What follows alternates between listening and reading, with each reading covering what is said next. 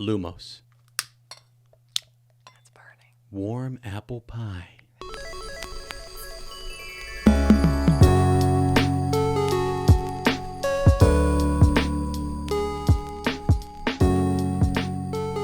Hello, friends. Welcome to Shell Cottage Radio, a cozy Potter podcast. I'm your host, Ezra, a.k.a. Bill, also known as your friendly tech wizard, former captain of the Hufflepuff Quidditch team, the flannel wizard, yours truly, me.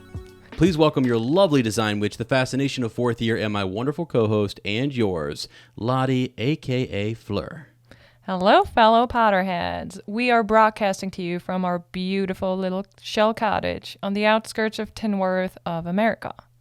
This is our second episode of Shell Cottage Radio, in which we will discuss our rewatch of the first movie of the Fantastic Beasts series, Fantastic Beasts and Where to Find Them.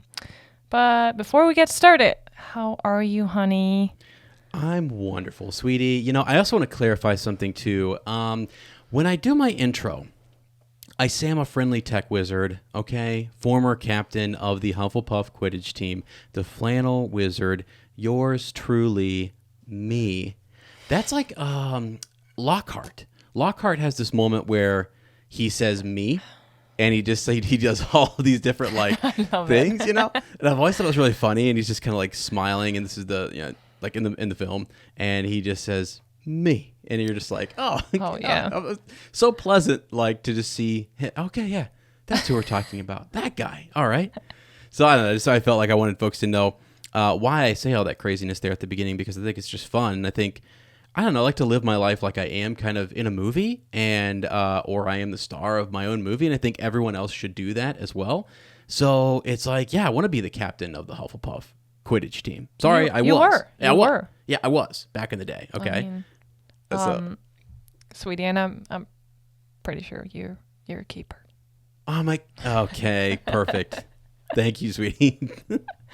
Hey, I would say, so you are a keeper, you know that, am I right? But you're also I would say you were kind of a seeker. Or you think I would be? Yeah, I think I would be a good seeker, thinking how thinking back how Harry caught his first snitch. There you go. Pouring some coffee. I love the sounds. So thinking back on how Harry caught his first snitch, we should do like a live thing where I prove my skills on catching grapes with my mouth. Like, I am a pro at this. So, yeah. Or like blueberries or little like gummy bears, whatever it is, like small little. If it's food, she will catch it. I will catch it with my mouth. Like, no joke. Actually, that was one of your bragging points early on. I was like, okay, we're gonna have to put that to the test, and you came through on that. That was pretty awesome. I did actually take advantage of that. I just kind of tossed a few up there, and you were great. You know, it's all about kind of seeing it and getting underneath. You have to get a high enough toss. But yep. I threw some right at you, and you were like, boom, I still got it. Or you could, like, duck down, sort of. So you play volleyball. You got to get low sometimes, right? You got to lower your level. All the time. All the time. Yeah. Like, our coach would yell at us if we would be upright. That's, like, a no-go. Yeah. But real quick on that note, sorry. But if anyone remembers the, I don't know, do you eat, like, Haribo? Haribo. Haribo,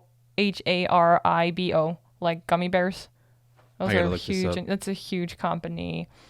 And if anyone remembers the little, I don't know how you pronounce them in English, but pico bala, because they look like little soccer balls or whatever. Okay. And I used to. So if anyone remembers them or knows what they look like, they're like small little gummy bears. And I would buy a package of them, and I would eat the whole frickin' thing by just piece by piece. I would toss it, and catch it with my mouth. Like, that's how you. I would just be in my room, listen to like an audiobook or something.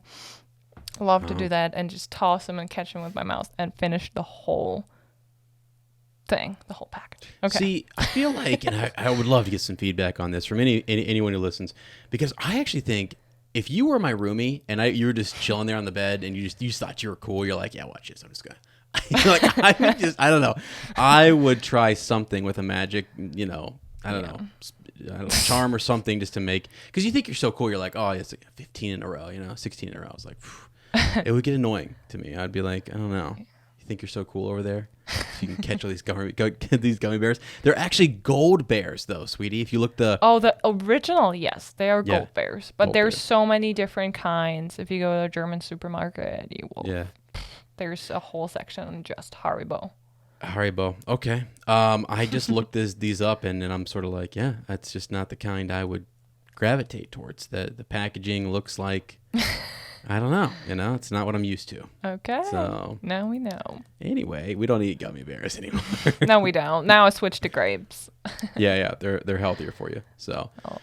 But as I was saying, I'm doing wonderful, and I'm just pumped. Actually, I'm really excited because we are doing this, and we're kind of getting our feels, for the whole podcasting thing and podcasting together, and eating and drinking on the podcast. What do you have over there? Sorry, just what is talking about food made me hungry, and I'm just having a piece of chocolate. It's actually just dark chocolate, no sugar. It's just, I love dark chocolate. Can I try a little piece? Of course. I think we had these in our pancakes the other day, and we'll talk about that later, but I don't know if they were. This has zero sugar. Something that's called erythritol in it. But to be honest, erythritol, no sugar. Okay. Which is like a sugar substitute. Sorry. But sorry, I'm from Germany, and American chocolate just sucks. I'm sorry. Really? But we have Switzerland right next door. Really? And their chocolate is so much better. Wow. Sorry, I have to say this. This is a very Ravenclaw thing to do, really, to be like that. We're just. Oh yeah, sophisticated. I don't know though, because I like to make fun of the Gryffindors a lot because they think they're the popular cool kids. I don't really know where Ravenclaw fits. I don't know, just kind of we're so jaded by the Gryffindors in the films and stuff. Anyways, yeah, okay, cool. All right. Chocolate is better in Switzerland. I get it. All right. No, that was really good, though. This is some dark chocolate with coffee, which is a favorite of ours. Mm-hmm. And, so anyways, sweetie, I am doing absolutely fabtastic. How are you doing? Oh, yeah, I am doing fantastic. No, we just had keto pancakes for brekkie, and I made some of my favorite teas, which is cinnamon apple spice with just a little bit of monk fruit, because I'm such a sweet tooth. I mean, you heard it, gummy bears, chocolate, all that good stuff, and I'm trying to, I just love healthy food and trying to figure out alternative foods and it just helps me. I know some people say, okay, have a little bit of this, have a little bit of that, and you'll be fine. But I just want to finish the whole thing then. So that's why I love figuring out different alternatives. Okay, what can we use instead of sugar? What can we use instead of flour? All that good stuff. It's so much fun. Right. And we're foodies. I mean, we said that in the first episode. I'm half Hufflepuff almost. So, and you're a Hufflepuff. So we're definitely big on food. So yeah, but yes. We also raise our hands on this podcast too. So if you come over to the video version, you will see that I raised my hand to get in here real quick, which I think is just polite. All right. But sweetie, I just wanted to say there's so much food up here on this table with all this equipment. It worries me a little bit because if you guys saw this, maybe we'll post once we get kind of we can post something on our Fleur and Bill, right? It's where you guys can follow us over on social media. But we've got a full thing of coffee. I was like, I'm going to, this will make sense in just a second, but I was about to go pour some coffee before the show. And Lottie was like, no, what are you doing? Right? Sorry. She's also getting used to the mic right there. So sorry if we just laughed in your ear. Just banging left and right. Can't get that out. No, I'm not going to. See, this is the thing. You gotta be. Oh, sorry. This is a one take. You gotta roll with it. No, it's honestly pretty good. So her microphone too is also Lottie goes up and down in dynamics, so I have to turn it up really nice and crackly, nice and hot. Mm-hmm. And so sometimes, just getting used to that whole whatever. Sorry. But my whole point was I had to bring over some coffee so I could pour it on the show, and it's going to make sense because we're going to introduce something pretty cool later on in the show, or right now. I don't know what we're going to do. You don't know what's going on. I never know what's, it's episode 2. So, or 1. Yeah, and I mean, like, What's that? Just don't mind our magical kitchen, just doing its thing, It's cleaning up the dishes on its own. We, Thank God. Spells on it, and it's frying some eggs for later. Seriously?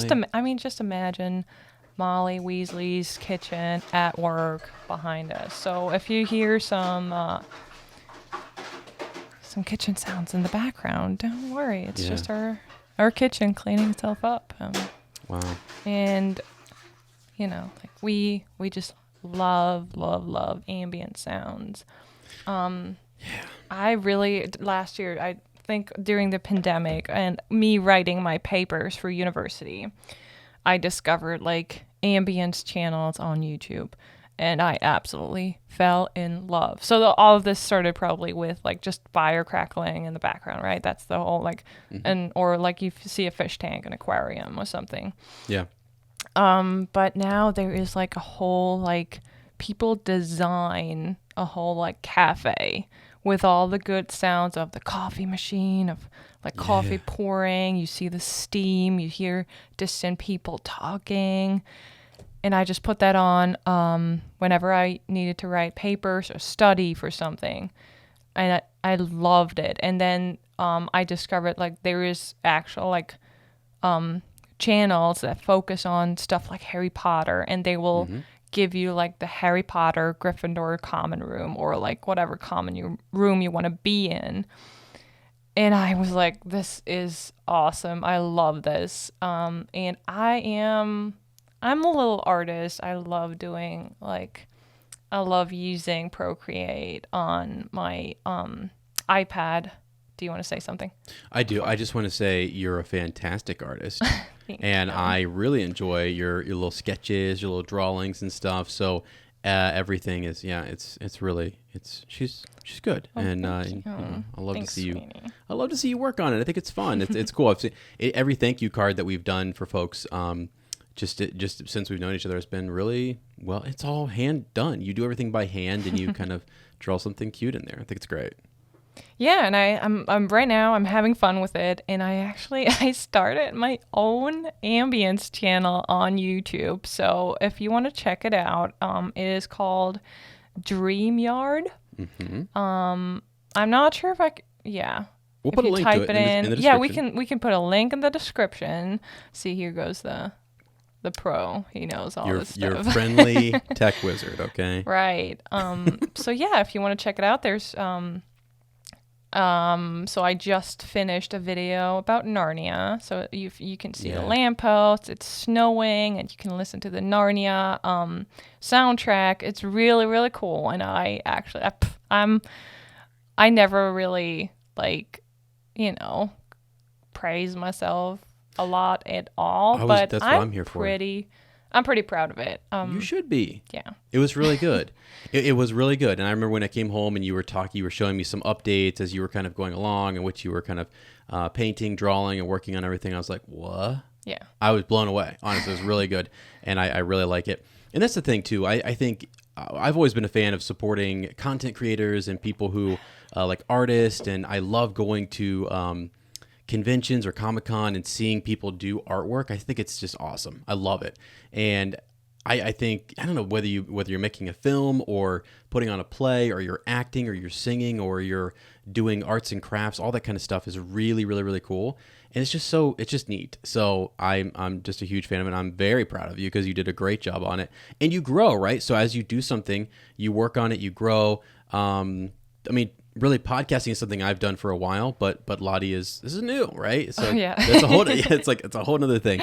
And so part of this is, one of the reasons we wanted to start this is we talk so much about Harry Potter and the wizarding world and all these things. So we're getting used to doing that, and this is just kind of a fun way for us to record our conversations. But this is really something that the Dream Yard is something you've been thinking about doing for a long time. Yes. And you wanted to get used to doing. So it's just kind of cool. If you want to follow along, I think you have an Instagram where you post stuff as well. I think it's it could be changing, maybe. Oh yeah, honestly, I'm still thinking because just DreamYard is already taken on Instagram, and gosh, dang I'm it, struggling Instagram. to find a good name. I don't know why people would just put a link for it because it might be changing. Right now, it's just DreamYard.ambi, AMBI. But I don't know. It might be DreamYard.ambience or DreamYard art, because I want to kind of post different pieces of art that I make along the way. So we'll see how that goes. And it's just cool. So if you're into fantasy art and stuff like that, I think that's pretty cool. So, and over on our YouTube channel, we do all sorts of stuff over there. It's just kind of our little couples YouTube channel. We're going to be tossing all sorts of different things. There's a link for that as well, which is just our Fleur and Bill channel over on YouTube and good stuff. And I have a secret project I'm working on that I'll share with you guys later, which is going to be a lot of fun. It's super easy, right? It's just super easy. Sorry. It's a super easy plug. It's actually called Super Easy Lore, and I'll put a link for it later as well, too. You guys can check it out. All right, sweetie. Wow. So I think this is only the second episode. It's a pretty good long intro there. I know. People are like, oh my God. Now I understand because it's just fun to chat, and catch up. I mean, we live together, but it's nice to have a catch up on what's important in our lives and just talk to you about it. Yeah. It is. Well, and also too when we're setting up. So it's funny. I've been able to share kind of my behind the scenes with Lottie and how I set up for other projects. And we're actually doing something where if you guys want tips and tricks on podcasting or microphones or cameras and stuff like that, anybody's into content creation, I also do playlists and stuff over on YouTube for that because she's been able to see this whole behind the scenes thing. And it's been sort of like, okay, we're like quietly working away for like the last 2 hours or whatever. Mm-hmm. What it was. So now it is nice to sit here and talk to each other for 20 minutes and get caught up. Yeah. So anyway, I think we have some new segments for our show that we want to talk about. Yeah. Right? So last time you already heard this one. So we're going to start the show with a little quote quiz. And I'm going to read a quote that could be from anywhere in the wizarding world. So it could be from Harry Potter, from the movies, from the books, from Fantastic Beasts, from the cookbook. From the cookbook. Who knows? Cookbook, from Cursed Child. So from Quidditch Through the Ages, maybe. And you got to know. Yeah, you got to find out. So Ezra or Bill. I got you guys. Bill will guess who that quote was from. So today's quote is probably a little easier because I'm giving it away kind of, but we just watched the first half of Fantastic Beasts. Just narrows it down for me. It doesn't mean I'm to prepare the show. But the quote goes as follows: "People are easiest to read when they're hurt." First of all, very interesting quote and some truth to it. Who said that? Yeah, who said that? You tell me. Easiest to read. It was maybe either. It was. Oh gosh, it was either Tina or Queenie, one of the two. Do I have to narrow it down between? Well, yeah, you kind of give me your final answer. I think it's Queenie. Yes, it is Queenie. Yeah, correct. Yeah. Queenie Goldstein. So what made you think it's Queenie? Well, because she can read people, right? That's the thing. Yeah, but I thought maybe her sister said it about her when she was reading Jacob and stuff. Yeah. I wasn't sure if she said that as sort of a commentary, or if Queenie actually said that. But I think. Yeah, good point. Makes sense. So yeah. Cool. Yeah, and that's something to think about, right? People are easiest to read when they're hurt. Yeah. Yeah. Because when there's a lot going on and we're hurt, then it's hard to it's hard to hide all that stuff. Yeah. It's also not necessarily good, I would say, like, because people can help you can process it, and sometimes you need to process things. I know people try to bury stuff, and I'm one of those people who tries to bury things sometimes and not let it all out when you're hurting or you have something going on. But it is it can be better, just to sort of in some way let people know. Or if you read that in someone, then to just, to proceed with caution and care and kindness. Yeah. And maybe because she, basically, we know legitimacy is not mind reading. So please don't get me wrong when I say, hey, when she reads mind. So, but when I think I read somewhere it's more like interpreting the inner thoughts, right? Mm-hmm. Yeah. So that's what she can do.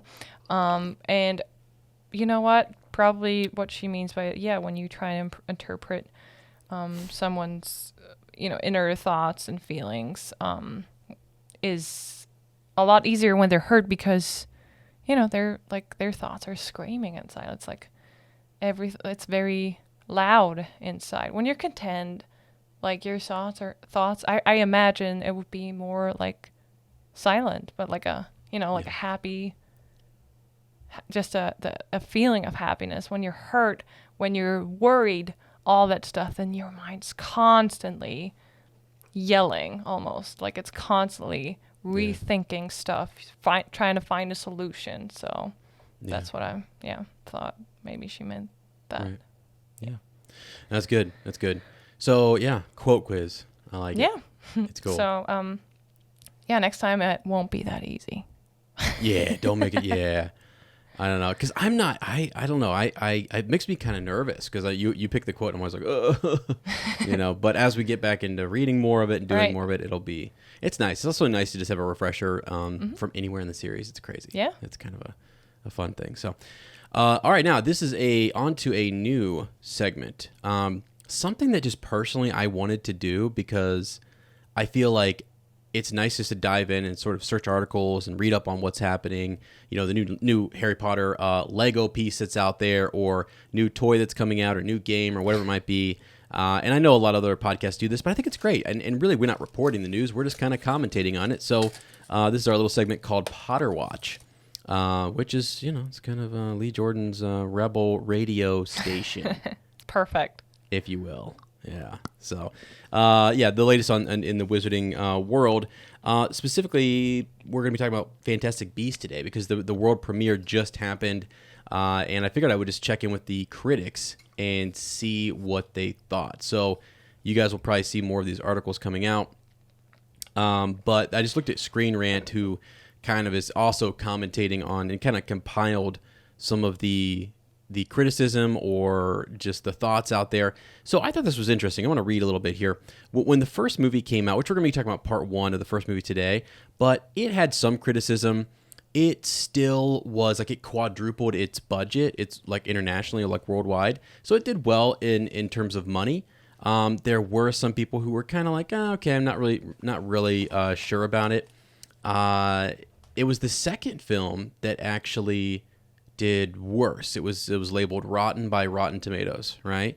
And so it was kind of like, oh shoot, we're going from like sort of a mediocre start, but overall pretty well praised by I think Potter fans, But when you look at like film critics and stuff out there, they're kind of like, okay, what is this? And what was really nice about the first film, and we'll talk about it later, is this sort of foursome, right?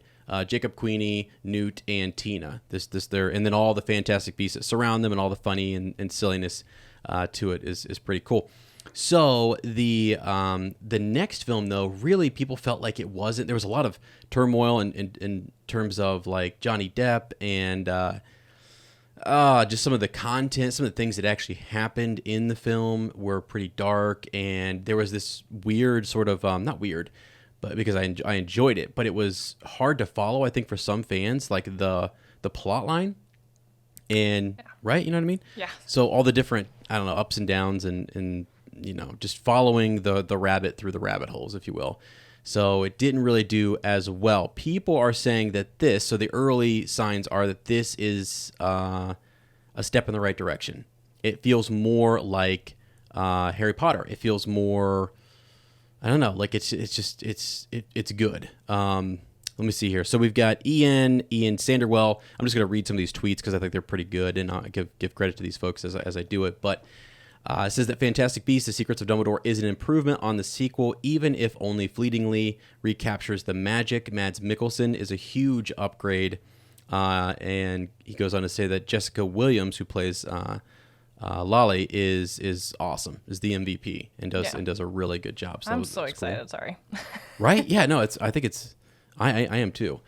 We've got Xandra says here that Secrets of Dumbledore is a magical menagerie that pays homage to the Harry Potter films, boasting a new slate of wondrous creatures and mythos. So that's pretty cool. Let's see. We've got Dave Lee here. Secrets of Dumbledore is an exciting and enjoyable Wizarding World adventure, thankfully leagues above the previous. It's probably the best Fantastic Beasts so far. Great character work, fun, adventurous, and amazing duels. Fans should really enjoy this one. So these are folks who've gone and seen it, like critics who got to kind of do an early viewing, get to be a part of the premiere, I'm guessing, yeah. So just really cool. I'll put some links to some of these guys that I've mentioned here down in the description if you want to go check them out. Just film critics. One I know here, Perry Nemiroff, is from like Collider. So she got to see it, and she said it's a big bounce back for Fantastic Beasts series for her. Back to enjoying the group dynamic and caring about the main mission. A little thin here and there, but a far more engaging ride than the last. Dan Fogler continues to be a favorite and the Niffler.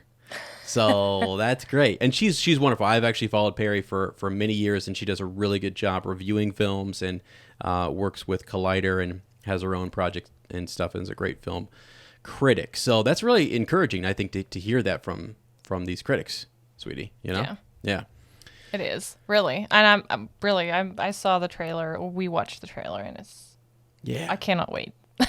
What was awesome is to hear that Mads Mikkelsen is an upgrade, and it's a step up, you know, because that people were kind of worried when you do a recasting. It's sort of like, oh, okay, we're going to be taken out of this. Is it going to be weird? But I feel like if you only do one recasting, one major one like that, and it's in the whole franchise, it's whatever. We handled that with Dumbledore, and everyone understood, you know, again why, just health issues, and then you know everything. So those things happen. So I thought this is encouraging.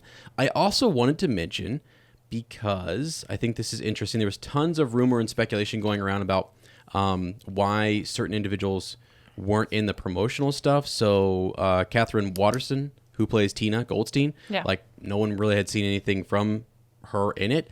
She's there. And apparently there's a lot of reasons why, I don't know if it was childbirth, COVID, different things. Maybe the role is reduced. I'm not really sure.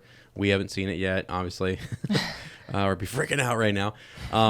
But she posted something on her Instagram, and I'm going to put links to all of the actors that the main cast who have Instagrams or Twitters and stuff down in the description, so you guys can go follow them, because I think it's fun to go see those individuals who are in the film, because sometimes there's this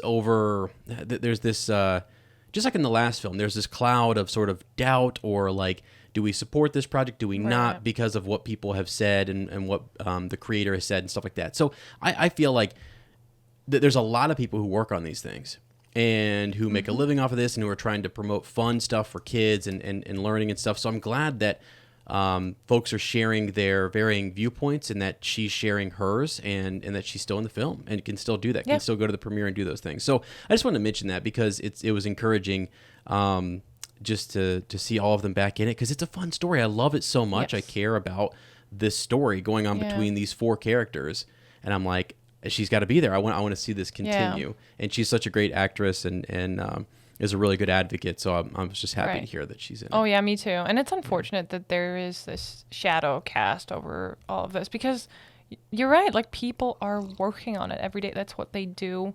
And they, I don't know, by saying every person who works on this supports a certain opinion or viewpoint, then you got to be able to detach their work, their art. I mean, they're artists. Like, a film is a piece of art. So some of them work for studios. You have to remember, we always think of the actors, right?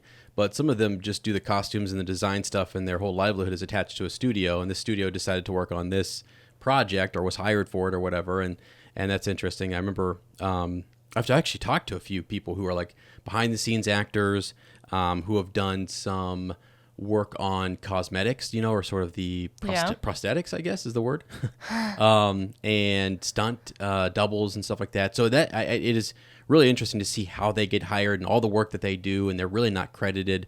They don't get all the fame and the glory and the publicity or whatever, but they do a lot of work, and there's a lot of things that a lot of effort that goes into these projects, and so I'm just happy to see those other, like Jude Law was out there with they had Dan Fogler was out there with Tom Felton and everything. So really, he was hosting it, I guess, like the premiere he was hosting. So it was just really cool. So yeah, there we go. And that's all it is for Potter Watch. Just a quick little dive in. We'll try to pull something out, like whether it be news, whether it's kind of is that the dishes going again? I think so.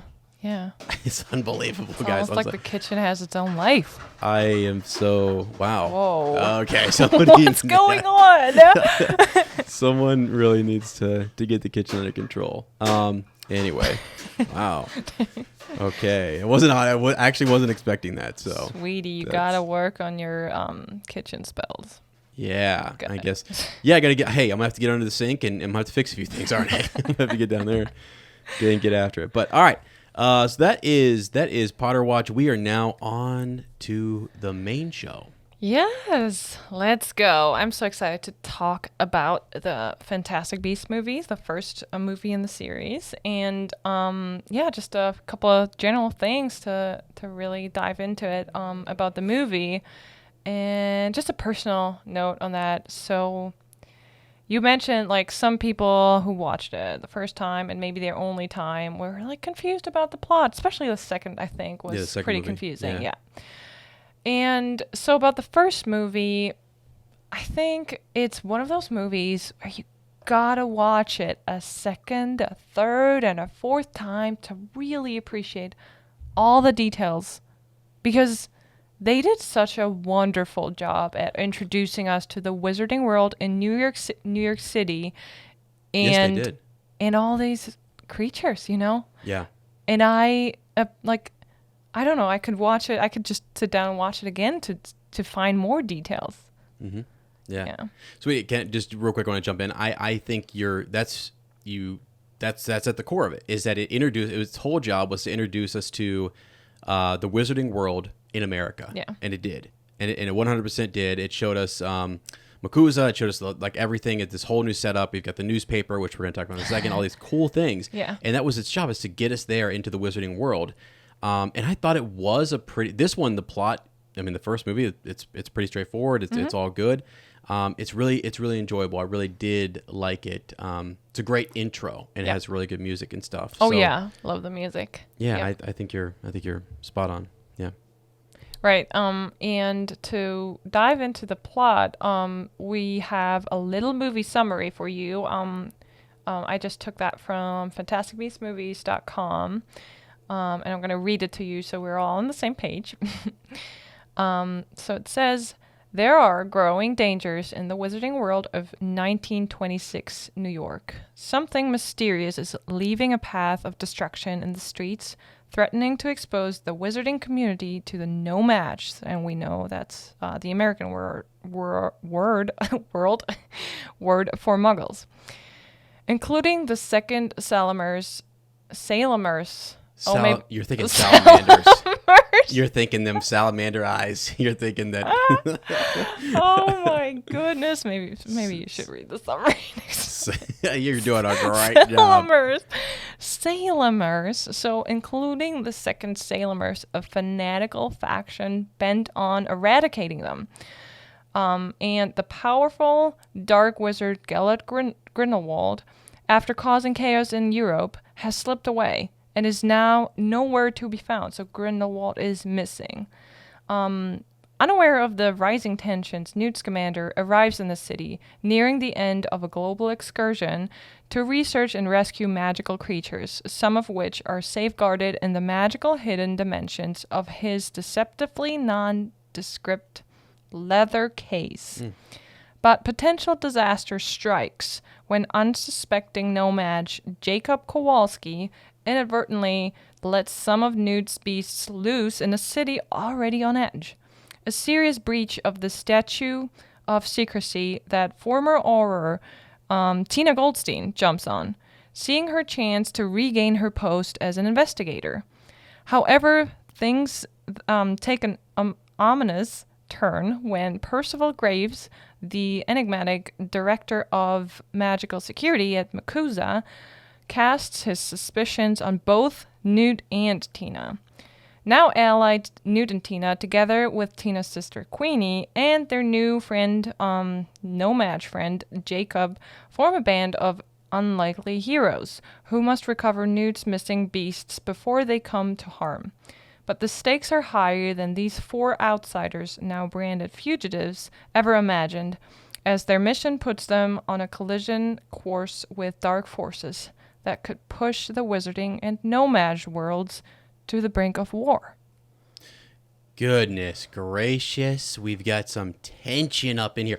And actually, so Newt, when he first pops in, you have the feel of the movie too. The summary was great. So this is fantasticbeastmovies.com. Thank you for the summary. It like he does kind of bump into the city with almost this carefree thing, and you feel that in the music. It's just sort of this optimistic kind of happy to be here, bright-eyed. His real reason we know is to come and bring Frank, you know. Yeah. So, but like he gets Frank. there, and then all of a sudden, he stumbles into a tense situation. The papers are all this stuff's going on with Grindelwald. There's things happening in Europe. There's worries here, no-match, tension, all this kind of stuff, right? And he's sort of walking right into all of this, and then and there's just this innocent little nude guy on his own mission, rescuing magical beings or creatures. Mm-hmm. Yeah. It's cool. Which is awesome. Yeah, I love how the movie starts with him on the boat with all the nomads and trying to get in, trying not to get caught by muggles. And then it's just him walking through the streets of New York City, stumbling upon like this, what was it? That lady. Yeah, the New Salem the speaker on the road. Yeah, just advertising her. I want to say campaign. It's not really a campaign, but like is her name Mary Lou? That's her. Yeah. Yeah, the bare bones, right? Right. Family? Yes. Yeah. Kind of crazy. So she's up there. I mean, she's giving her speech, letting everybody know what's up. Yeah, he walks right into that. Yeah. Which is pretty wild. So that sets the tone, and Tina's there checking it out. Right. You guys know all this, but so we kind of wanted to just sort of talk about a scene, set a scene for you guys, and then discuss what we thought was interesting, some sort of major takeaways. And what Lottie said to me as we're watching the film is that like every time you rewatch this. First of all, I found a new feature on Amazon.com. Oh, yeah. You guys have to go check this out. It's the X-ray feature, and it's on the side. Most people I used to just pop the CD in, the DVD, the Blu-ray, whatever, and just that's how I would watch it. Yeah, or even just start the movie, and when you never really pause it on Amazon, you wouldn't even know it's there. Right. Yeah, you would have no idea. So that was just kind of a cool thing. It kept popping up. I'm like, what is this general trivia? Who is this guy? Who's this character? It's like, because I'd wiggle the mouse or whatever, and it would pop up. And then we had additional thoughts. We always have these when we're sitting down, great questions just to kind of ask and talk through. So I think when you watch something multiple times, plus we're getting hyped. We're getting hyped for Secrets of Dumbledore. So we're like, okay, let's get back into this. And it's kind of fun to go back and look at it. But she does say, so when she's up there giving that speech, she's like, "Are you a seeker?" Right? Remember she says that? Yeah. And he's like, "Oh, more of a chaser, actually," right? Some double meaning there. Right. Quidditch connection, which I thought was pretty cool. Interesting that he would be a chaser. Do you think he played Quidditch when he was at Hogwarts? Yeah, he says he's more of a chaser. I'm not so sure that he did. Maybe he tried out or... Well, you know how kids play just when they're growing up, and because Ron and his brothers play all the time. I think it's probably one of those things. Yeah. But yeah, and it's really funny too to me. It's the Niffler. It's the creatures. It's actually Jacob, and it's Jacob's sort of not interference, really. It's him. It's those two colliding together, and it's the Niffler taking him into the bank. That's the whole issue. Right. Yeah. Right? He had his own plan. He had his own thing and everything. But yeah. So speaking of the bank, I want to stop right here because I got this guy pull it up. I'm at 8 minutes and 4 seconds into the film. Okay. And Corey Peterson is the bank employee who walks up at first. All right. He walks up and he does sort of a greeting, welcome to the bank, etc. Right. And I think Corey Peterson on his own, I looked him up. I looked up his images and stuff. fine looking fella, really good looking guy, all these different things. I don't know if it's just him being in the bank that caused me to think he looked like add some makeup to him, add some other, like eyebrows, some nose, some chin, some ears, and you have a goblin. And I remember I said that. I was like, yeah, you did. I was like, does he look like a goblin to you? And you're like, huh? And I was just like, but I was seeing beyond. I don't want anyone to think that I'm insulting Mr. Peterson, because I'm not. He's a good-looking gentleman. But I just thought, wow. And I thought, no, what that is, it's Gringotts. It's in my mind. Yeah. We're in this bank. And I thought it was kind of an interesting place for us to start too. Yeah. Harry goes to Gringotts. We hear all about it in the first film, and then we're right back in a bank here. Right. Even though it's a no-mage bank. Right. And cool. Do you hear that? Oh, yes, I do. So that's not a planned ambient sound. This is where we get to learn something. Yeah, you can actually it's fine. It's called electronical interference. Or ghosts. We don't know. It could be a ghost. But when cables get crossed on the podcast, that happens. So, sweetie, just so you know, that might happen. Don't panic. Okay. Don't do a full stop. It'll be okay. It just means that you put something next to an electronic device. Okay, sorry. Yep. Yeah, it's probably a ghost, though. All right. Yeah, what I wanted to say about that, it's not the opening scene, but the beginning of the movie, and I kept thinking how cool, and I mean, there's so many Jacob fans out there, and even the actor is awesome, but I think just Jacob is awesome because he's just normal, and he's just trying to change his life and pursue his dream of this bakery. Right. And I'm almost crying here because this poor guy is just having such a rough day. He just got turned down.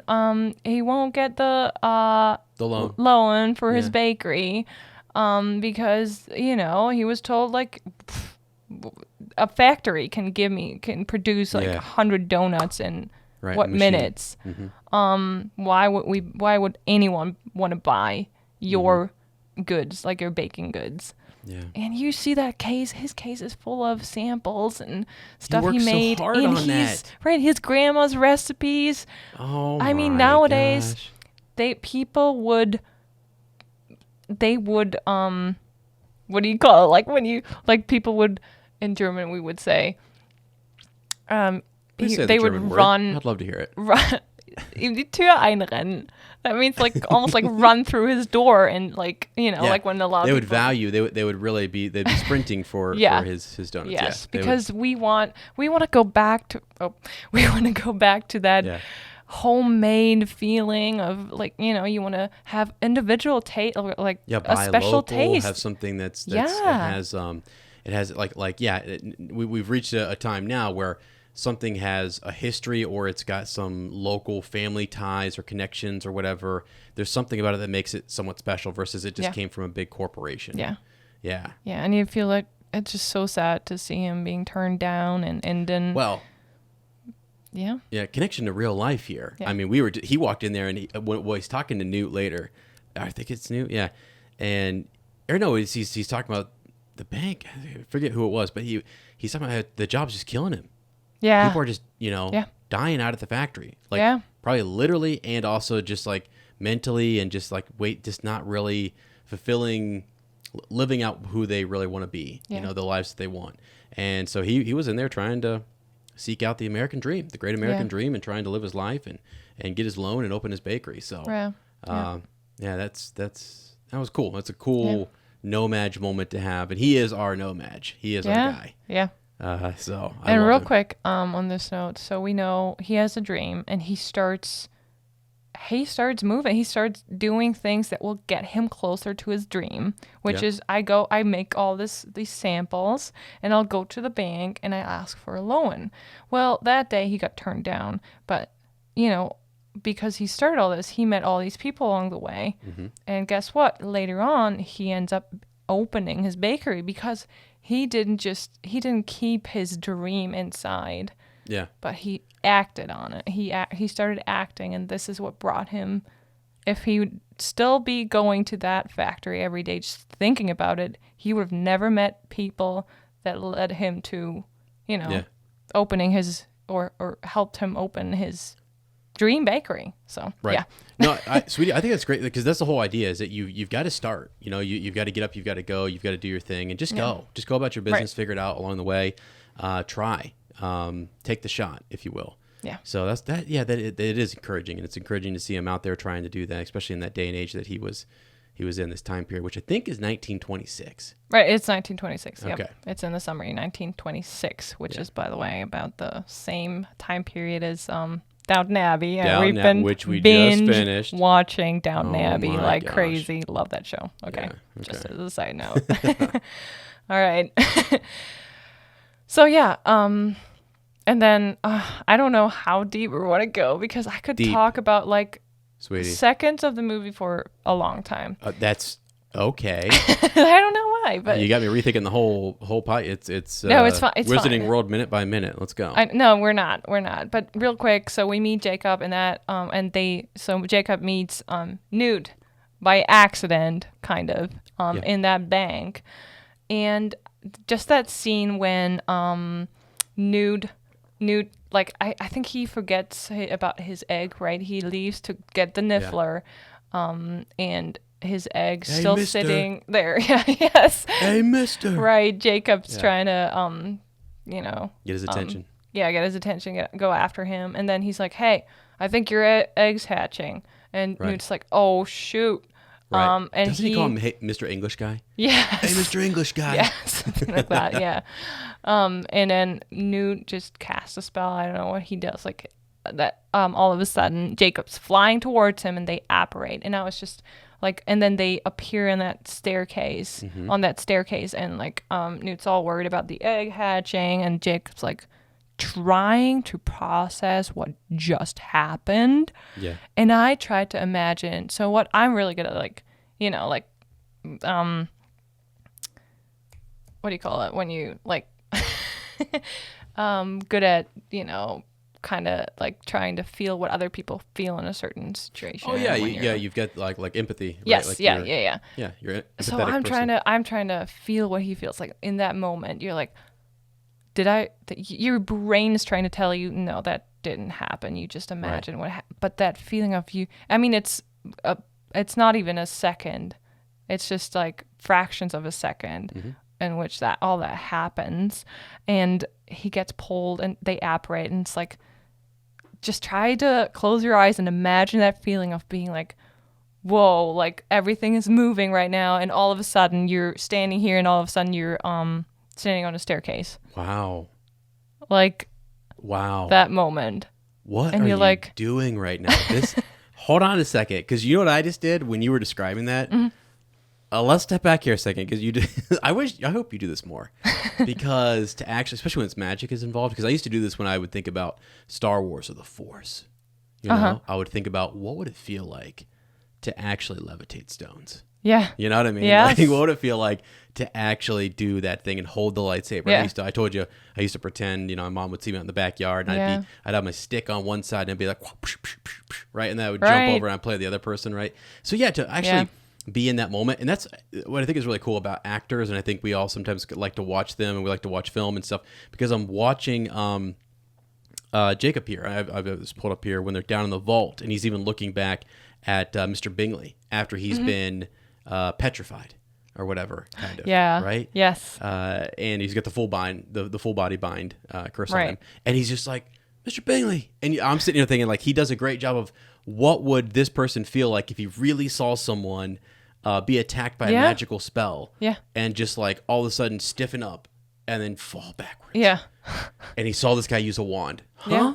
Yeah. Like it is kind of fun to really put yourself in there and think, what would it be like right now if we apparated? If I just was apparating from here to, like, let's say the square. Yeah. And I know where the square is at. I put it in my mind and I say, okay, I've got to turn and step and I've got, and you can feel everything shifting around you and you move. Yeah. You feel like, all the forces, like trying to, Yeah.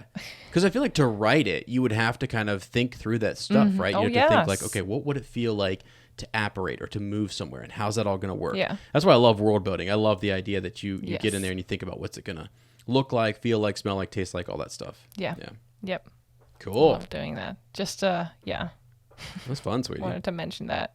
And I used to do it all the time as a kid. Like, imagine what it would be like to fly, just actually fly. Love that. Yeah. Anyways, that's another story. Yeah, and after that, we know that so Jacob and Newt are having a little. So Newt's trying to obliviate Jacob. Jacob gets away. Right. Newt didn't manage to obliviate him. They get suitcases mixed up.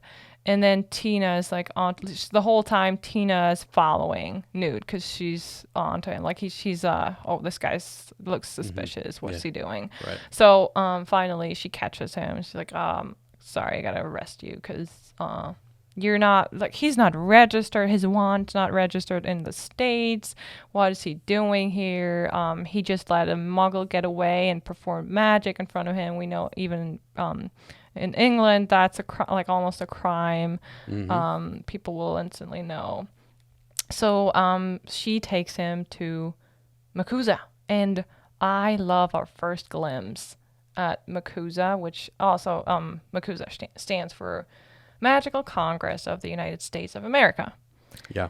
And it is not the ministry, right? So it's different. Sometimes we're like, okay, this is the equivalent of the ministry in England, but it's not. Yeah. So this is just sort of it's different. It's a different government. It's a different institution because they have Madam President, right? Right. Which is really cool. Some other things that are different. So I'm just you look at the X-ray stuff and they bring up this general trivia stuff. So I'm just going to read this to you. I actually thought about this character when Tina steps on the elevator and takes him up. She's going to go kind of walk into the Aura's office, the investigative team, and go in there and see the Madam President. Well, there is I believe it's an elf. If not, it might be a goblin. They might actually have this wrong.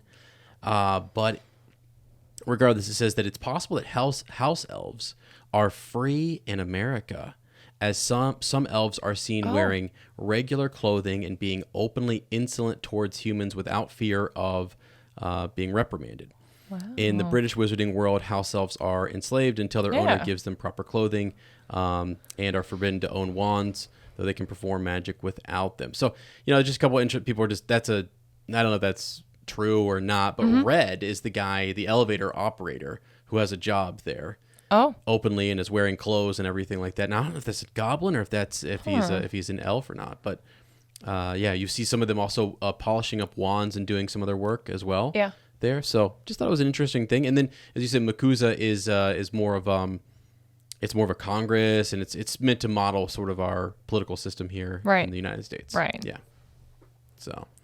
Cool little stuff. But yeah, it is really cool to see that it's also the way it's designed. So the ministry has like this Ministry of Magic in London has like an underground feel to it, right? You go down to go to a different level. Right. And this was like you have to go up like a skyscraper. Yeah, you can't even see a ceiling or anything. Yeah. When you look up. Yeah, it's really cool. Yeah. So also general trivia here for you guys. So this movie takes place 54 years before Harry Potter was born and 65 years before he started attending Hogwarts. So just something to kind of think about, because I don't know, when we get into theories, I think after we watch this movie, I was reading online some stuff just from Reddit that there's going to be some interesting things to think about. Characters who might show up, like who we're going to go back to Hogwarts, and all that stuff coming up in the third film. So just really cool. But yeah. Yep. And then after, we learn that Tina is not really welcome back at the MACUSA. People are like, hey, what are you doing here? She's been tracking the bare bones. At this time, we didn't know it, but right there we realized, like, she's not welcome here, but she once was one of them, right? Yeah. She was an Auror. Sort of lost her position. Right. And we find out later in the film. We'll do the second half later, but yeah, it's Credence, her whole connection to Credence and everything. So, which is fascinating. Also, Tina gives us this commentary on America and their feelings and belief towards no-mages and fantastic beasts and the extermination guide. Yeah. She's just saying these things, and she's a sweetheart, right? And Newt is realizing, like, again, he is.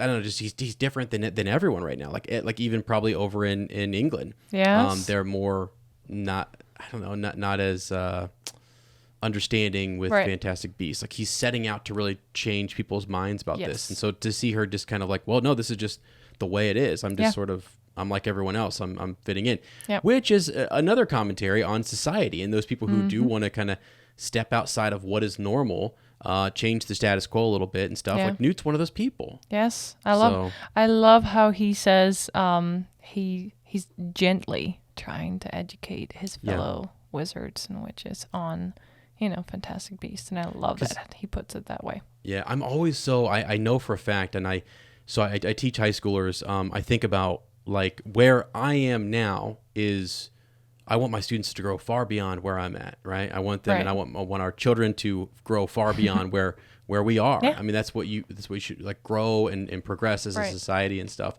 They're not as evolved. I don't know. I don't want to ever get into kids are going to make mistakes. People are going to make mistakes. They're going to say things the wrong way. And then you're going to have sort of a learning that takes place or an understanding or a growth or whatever. Yeah. And that needs, you see Newt doing that with these people who are good people who are fighting for good causes and are whatever, but they misunderstand Fantastic Beasts and magical creatures and seek to exterminate them and stuff, And here he is saying like, look, I got to move people in the right direction. And it's tough because he's more evolved, right, than maybe the common person here is in the wizarding world at this time. Right. Now, flash forward to the time of Harry Potter, and it's like, okay, yeah, no problem. We're there. We're there because he did that, right? Because he brought us to that point. His books is one of the school books. Yeah. Yes, we're going to teach and learn about this. the guy who was sort of expelled, or when he talks later on, he gets in trouble at school. Why? Because he was doing things that were outside of the status quo, outside of what is normal, and it takes a certain amount of bravery and real commitment and grit to kind of do that, and insight and vision and all sorts of things that is awesome. So I always just say, no matter what the topic is, whatever the cause is, it's kind of like just remember. Because I'm an educator, and I just believe in educating folks and helping people get to where you are. And I love that his approach to this is a gentle sort of guidance, a guide by the side that I'm here and I've got to help you get here. Because if that's really at the core of who you are and what you want, and you're really trying to take people there, you have to think on that. Not the whole, I don't know, like Newt is never trying to attack or hurt anybody because they don't see his way. He's really just saying, no, at his core, in his heart of hearts, he wants you to get there and understand these creatures better and have a greater appreciation for them and through his spirit, because he's not taking that other approach and not resorting to violence or evil ways or means almost or like the bare anger. bones. Yeah, exactly. Yes. Then you're kind of like, your cause is more, we're like, okay, this person is a good person, and through there's something, they're really earnest, they're really sincere about their cause or whatever. And I think anybody who is backing something or is pushing our society in a better direction, just stay sincere and really have a desire not to go out and again, I know there's fights that have to be had and things like that or whatever, but at the same time, it's like the spirit of it, I feel like, needs to be a real positive one that takes us forward. Like and I love seeing Newt as that guy. Yeah. So me too. Yep. Okay, now we get into some real interesting. You wrote down. I'm just looking at some of your notes here. So this is so great. Lottie has some pretty detailed notes. Like we're thinking throughout the film. We're watching it. She's typing stuff down. The girls invite the boys over, even though they're not supposed to. Yep. And I thought it was really kind of funny because we just got done watching Downton Abbey, and there's this whole social thing. Like Bridgerton. Good gravy. We're watching Bridgerton too, and it's like don't be caught in the garden, walking with somebody. Like, are you kidding me? Right. So it's just interesting how things have shifted, how things are different. Because Tina's super worried about that, but also like, nah, come on. Yeah. Let's go to her thing. And that whole scene is beautiful. I love it. The introduction of Queenie. Yes. It's so good. Yeah. And it just Jacob's there. They tend to him. Oh, there's some things that happen though too before that. Not to jump the gun, but like. When they're back, when they actually go eventually get Jacob, like I'm like, because while we're doing this to kind of have, hello, to kind of have a guide here to guide us through where we at and stuff. Well, looking at the Fantastic Beasts and Where to Find Them screenplay as well. And we're going to do an extra episode on that to just kind of compare, hey, what's in the screenplay that we don't really pay attention to or see or is cut out of the movie. So we're going to do that later on. But right now, yeah, you're right. It's like the whole, why are they taking Jacob with them? Mm-hmm. Yeah. Yeah, just kind of interesting. So, and when he's down there, just a really comical scene too, where they're talking about Murtlap, right?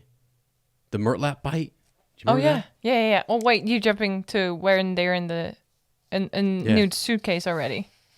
Yeah. So before sorry, I'm actually backing us up because I just was talking about how they were going to go into Tina's apartment. So I want to go back real quickly, just to the Murtlap situation. Yeah. Because I forgot that is, I like making, like, the X-ray didn't even help us with this. We just knew this. Murtlap. Yeah. Essence. The essence of Murtlap. Isn't that a thing? Yeah, that's what Hermione uses for Harry to cure his, when he splinched. No. That's when, maybe also when they splinched, but before that, when he was in detention with Umbridge, writing down that he's a liar. But it's a healing thing, right? Oh, I must not tell lies. And then that is on his arm. And yes, it's a healing essence. Yeah, it's a healing thing. So I thought it was cool because like this thing attacks Jacob and it's definitely not healing him or whatever, right? It's like he must be somewhat allergic to it. I thought it was funny because it's supposed to be a healing thing that we use later on in Harry Potter. But first it's this little creature that's like jumping out and attacking Jacob. So sorry, go ahead. Yeah. So why did they take Jacob with them? Because we have a little shot of Jacob's little apartment, and we see Jacob's poor. He has a small apartment. Things are falling apart. He's single. He's just on his own. Yeah. He's devastated. His day was, bad rough. Bad day. And he's been introduced to things where he's not sure if he's in his right mind right now or what's going on. Is he imagining things? And he's just saying like, he has a photo of his grandma up there on the wall, and he's like, "I'm sorry, Grandma." Yeah. So sad. Bless him. Yeah. Yeah. So he they want Newt's going back to just obliviate him. Right. And Tina was like, "No, we need him. We need him as a witness, kind of thing." So that was pretty cool. But now we can kind of jump back to when they're going in, and she takes him up the stairs, and we go in and we see Queenie. Right. Yeah. And Jacob's like, "What's up?" Yeah. You said something that was interesting. So like when they first meet or whatever, there's this, she can read thoughts. She can read whatever feelings, emotions, whatever it is. Right. She is a legitimate. Yeah. Legitimate. Yeah. And so it's like, it was just kind of funny when you said like, she's like, "Oh, don't worry, honey." Sorry, legilimens. Sorry. Legilimens. Yeah. She's like, "Don't worry. Most men think what you think's about me the first time they see me," whatever she said, something like that. And you were just kind of like, "Oh, okay." But no, like, a matter of fact though, it's not like she's like assuming that. She legit like just knows what they think. But still, to me, it sounds a little like. But she's also trying to make him feel like I think we don't know also, like, we're just allowed to infer what really happened there. Yeah. But and it's just meant to be somewhat comical. Yeah, I know what you mean. It's more like a matter of fact. Like, kind of she's thing. telling him, "Don't worry about it. Don't worry about it." Yeah. Because once he realizes, like, oh, she can read my thoughts, and I just thought that, you know what I mean? And then he's just like, oh, and then she's like, don't worry. Most guys think, and it's just like, I don't know. She's just, Queenie has a good spirit, and I like her character a lot, and I'm worried about her. Yeah. And by the way, in the future of Secrets of Dumbledore, right? Worried. Me too. Yeah. But yeah, and then. That scene, I love that scene when we see their spare bedroom. There's 2 little beds for Jacob and Newt, and Tina comes in with a tray and hot cocoa. Mm-hmm.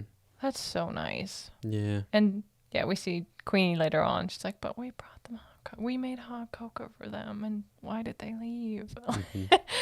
Yeah. But what we're really seeing here is. Newt's kind of like, he doesn't want to drink it. He's like, I don't know, just he's turned towards the wall, and Jacob's sitting in his bed reading a book, and we're like, this is so cool. Just take the time, stop the movie for a second. What's he reading there? What is Jacob reading? What kind of books are on the shelf next to him? All that good stuff. We tried to look up what is he reading there. Do I have Oh yeah, I don't. It is on. Yeah, because you can actually see the title. You can see the title of that, and you can even see there's a volume of books in the background as well. Yeah. So great, the folks have gone in and kind of like pointed these things out and figured out what they are. But before that, while you look it up, the song as they come in is "You're the Cream in My Coffee" by Ruth Etting. Yeah. And I think it was just kind of a cool. They say this is a goof actually because the film is set in 1926 and she doesn't record that song until 1928 or something, or 29, not even sure. But I just thought the name was cool. You're the cream in my coffee. And here we are, drinking our coffee, right? Shell Cottage Radio, getting after it. But yeah, just a really, really kind of a cool connection, a cute thing. Yeah. And I found the book that he's reading. So it's called Cassandra and Her Cat Gustavus. Right. And I mean, it says it's a wizarding novel written by Elizabeth Scintilla. And it was presumably the story of the titular. What's titular, sweetie? No idea. Cassandra and Her Cat Gustavus. Anyway, I think it's kind of cool. Like, I mean, they just make up a book that he can read that is an actual book now in the wizarding world. So just to make it come more alive, what kind of books are they reading? You know? Yeah. I think that's so cool. Yeah. And they made a cover for that. I mean, they could have just given him one of the newspapers. Right, yeah. They already made. Right. They didn't have to do that. Here we go. Yeah. So the other books that are in there as well. So the brightly colored books seen on the shelf behind Jacob during dinner. So this is actually during dinner, right? So you're talking about on the bed. Yeah. The book that he's actually reading. And then there's books behind him, 7 volumes of Chadwick's Charms, the American equivalent of the standard book of spells used in Hogwarts. An interesting connection with the Harry Potter series in that the author of the book, Chadwick Boot, I think this is coming up, right? Yeah. So Chadwick Boot was the elder brother of Webster Boot, who became an ancestor of Harry's schoolmate, Terry Boot, upon his return to England as a pioneering aura. The brothers were the adopted sons of Isolate Sayer and her husband, James Stewart, founders of Ilvermorny. Sorry, a deep connection there. Come on. This is so cool that this is all so... I mean, I know people have criticized, oh yeah, everything ties back to Fantastic Beasts and like this is the son of this person and like they all are connected. But I mean, this is what the author that this is what we're shown of the world. And there's other families, other countries, other parts in that world that we don't get to see in the book or the movies. But also we know, I mean, probably the wizarding community or the wizarding population is much smaller, I would say, than the Muggle population. Because when we see how many students are, I think every wizard or witch gets an invitation or a letter from Hogwarts, right? When they turn 11, right? In the UK. Okay. Not like around the world, but in the UK. Uh-huh. In close proximity. Do you think they all get a letter? I think so. I mean, this is a whole nother discussion, but if that's the case, wasn't Neville worried he wasn't going to get one? Oh, yeah. And it's so funny that you say that because that's something I'm going to, I'll talk about Neville later on, but. Okay. Yeah. But I think just because they didn't know if he was a squib. That's right. Yeah. They were thinking, is there enough magic in him to be a wizard? And that's so funny that you bring that up because I'll talk about that later. But what was I saying, sweetie? That you were talking about the population, the size of, just sort of like, do you get your people who get their letters, wizards who get their letters? And everything ties back. Because I think if that's the case, then we see, I mean, how many 11-year-olds are in Harry's year?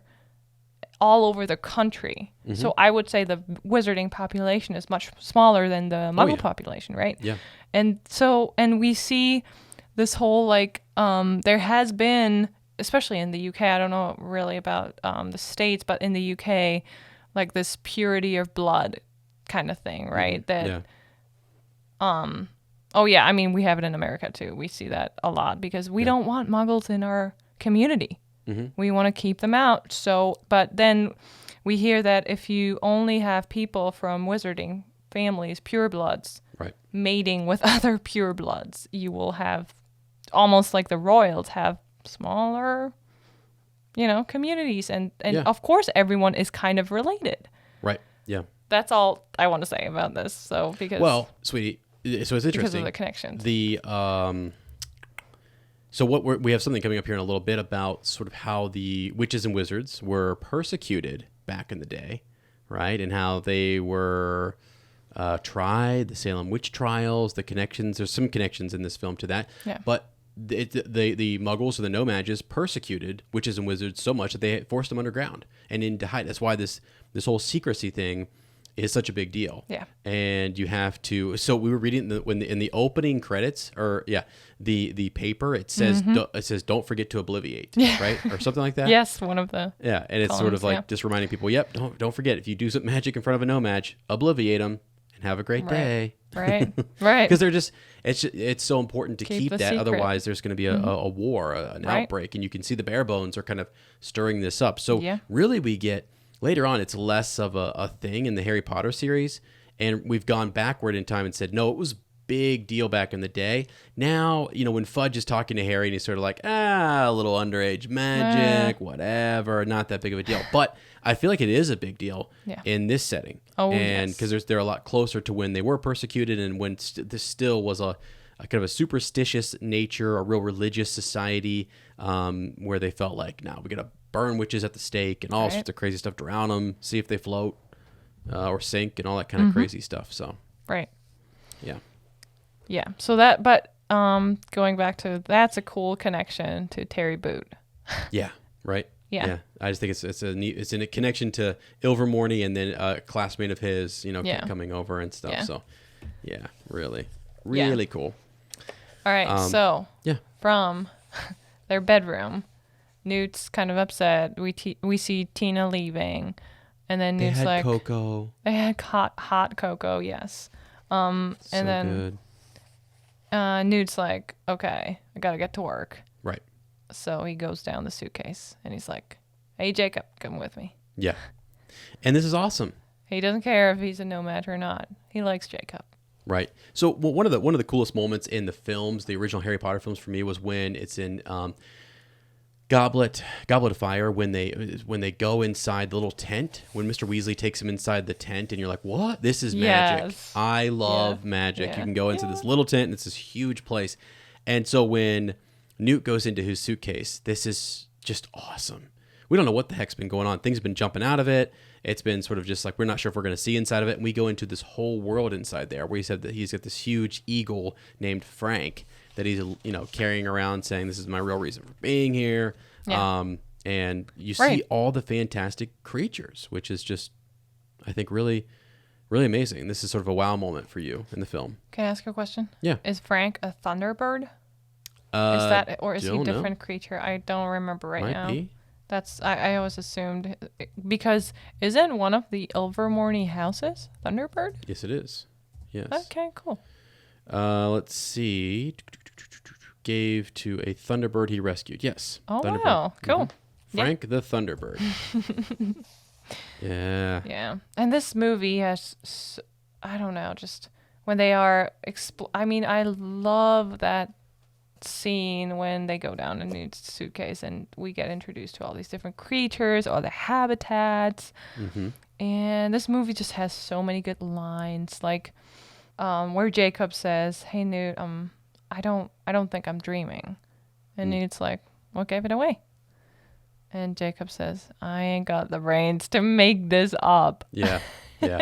He thinks he ain't got the brains to make this, which is pretty sad, but like, yeah, sometimes you see something. I mean, even the story, like I am amazed. Like, you can say whatever about the author, but like making this, I mean, creating a world like that, even like Tolkien or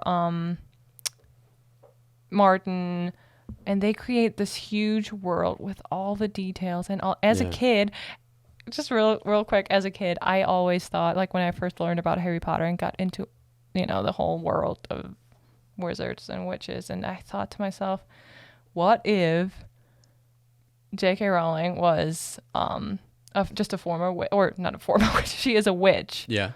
And she's like, I don't care. I'm going to write this all down and sell it as stories to the muggles. Right. Just because, like if they think that's just a story, but I want them to know about all this stuff. And I thought maybe she is a witch and she just wrote that all down and just to have it documented and, sell it to the muggles as a story. Mm-hmm. Yeah. It's like she's pretending. Because you can't make that up. Right. Yeah. Yeah. Yeah. It's so good that you can't, I get it. Yeah. That she's pretending that it's not real, but it is real. So we think it's not real kind of thing. Right. Yeah. Yeah. Which is cool. Yeah. While we're in the suitcase here, I want to mention as well too. There's this part where there is there's actually a Grindylow in the water, and if you look really closely, they say this was sort of one of those things like an Easter egg that they put in there, and this was really kind of cool. These creatures are featured in Harry Potter and the Goblet of Fire in the underwater task of the Triwizard Tournament. Yeah. And we know that's one of the questions that's asked. I think it was like a password sort of question, like Lupin and Harry. He was like, "What creature sat in the corner, right, of my office when Harry Potter first met me?" Grindylow. Yeah. When they're like worried about people's identities and that they had they drank Polyjuice potion or whatever to figure out if that's the actual person. Yeah. I just thought it was cool. So they said that there's a Grindylow in there, and I don't know that I actually saw it, but I have been clicking back through to kind of see. I think it's in the water tank. It's in this off to the side here. Yeah, it's in like a bubble. That's cool. But anyway, really just another cool Easter egg in this film.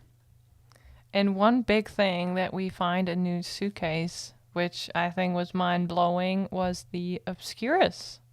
Yeah, right. Okay, yeah, so you have some notes on the Obscurus, and maybe, I'm sure we're going to get more in the upcoming film on it, right? And theories, thoughts, whatever it might be. But the fact that this is in there, it sort of almost draws Jacob towards it. It's like he almost can't stop walking towards it, as if it wanted to attach itself to him or something. Good thought. Because it has like it's been detached. It doesn't have an needs a host or something. Yes. So, because that's something that was said by, what's his name? Graves or whatever? Yeah, Graves, a.k.a. Grindelwald in this case. Yes. But yeah. But he said, so it's no good. It's useless without its host. Yeah. But maybe it was trying to get a host. Right. And I thought that was interesting that he felt he almost couldn't stop walking towards it. And it was like, I think maybe Newt felt that as well at one point and sort of said, like, no, get away. But he has a magical barrier around it. I think he still would have been safe, but still, that's a powerful kind of thing, dark magic that could attach itself to someone. Yeah. What do you think would have happened if Jacob had touched it? I think it would have tried to attach himself. And I don't know that, like Newt or Dumbledore or anyone has figured out how to detach it without the host dying. He tried. Yeah. Right. That's the thing. The girl and we tried. First thought was, like, before we kept watching and learned that this Obscurus, Newt talks about it. He later says he met this one in Sudan 3 months ago, and he tried to separate from the Sudanese girl.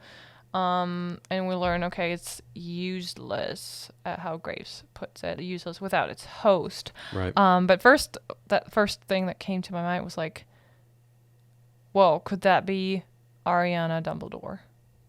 Yeah. Or like her Obscurus, because we have to make. Or does she have one? Is that the reason she died? Right. That's the biggest theory. Yeah, because everything's pointing at, or everything is hinting at. Just real quick to make the distinction. So the Obscurus itself is a type of powerful, magical parasite, right? That forms when a wizard or witch suppresses their magical ability. An obscurial is the person whose body is a host for the Obscurus, who's that person who's tried or was forced to suppress their magic or magical ability.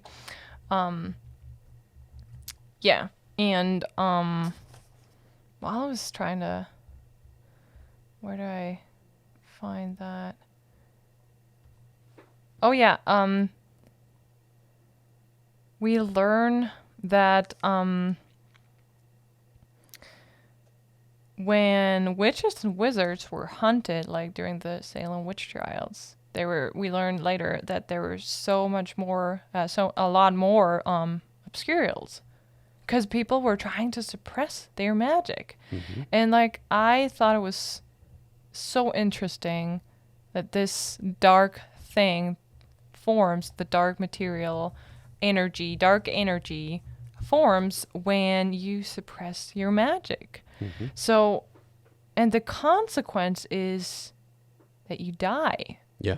So to me, that says, like, if you transfer that, like to real life almost, like if you suppress your inner, the magic that's inside of you, you kind of slowly die inside. Mm. Wow. And we kind of watched Jacob, his magic, like inside, which is like his dream, his magic, like, the power to imagine things and create and put, like, to me, it is magic that we as humans can imagine something and then we can act on that and make it, we make it come alive. We bring it to life. And that's what magic, or call it creativity, is. And when you also suppress that magic, sorry, just to finish that thought, when you suppress that magic inside of you, you don't really live. Mm-hmm. Yeah. Well, an interesting, as you're talking about that, like if magic is who you are and it's a part of, like a lot of the things that I read, like let's say it's Wheel of Time or it's Star Wars or Harry Potter or whatever, magic or magic users or people who have a power inside of them, whenever they're severed from it or they're cut off from it, a part of them dies. Like that's a part of them that's sort of like, that's like, it's gone. Yeah. And every author who kind of writes about it says sort of the same thing. Well, interestingly, like if in our society, different groups would say, different diversity groups would say, like they've been suppressed and they've had a part of them that's been told like that can't exist, that can't be allowed, right? And you see a lot of death actually in those, in like really, and not to bring, but you just made a really interesting real connection to the Obscurious and Obscurials or whatever, and something that's kind of fascinating because J.K. Rowling says an Obscurious is developed under specific conditions, trauma, with the use of magic, internalized hatred of one's own magic, a hatred of yourself for what you truly are. Like you develop that on yourself because of society and what everyone else is telling you, and it really should be a good thing. A conscious attempt to suppress it, then you're trying to suppress it yourself and not let that out. And you can grow, like that's a we saw. I mean, I don't know. It's just it's interesting. Like look at what, not to get too real with this or whatever, but I mean that happened in Downton Abbey with Thomas. Oh my goodness, yeah. Like that happens with people. So. Yeah. It's just like it's a crazy connection really to think about, and she's using magic. We're using magic to kind of talk about it, but really it has real world sort of kind of connections. And she's not the only author to do it. That's what I mean. Like Wheel of Time, Robert Jordan does it with power users and channelers, and it's done when Force channelers in Star Wars like walk into a voided zone where they're disconnected from the Force and who they truly are, and that they're and like when we're not allowed to really pursue our own passions and be creative and do that kind of stuff, like it hurts. It really can be a hurtful thing. So that's interesting.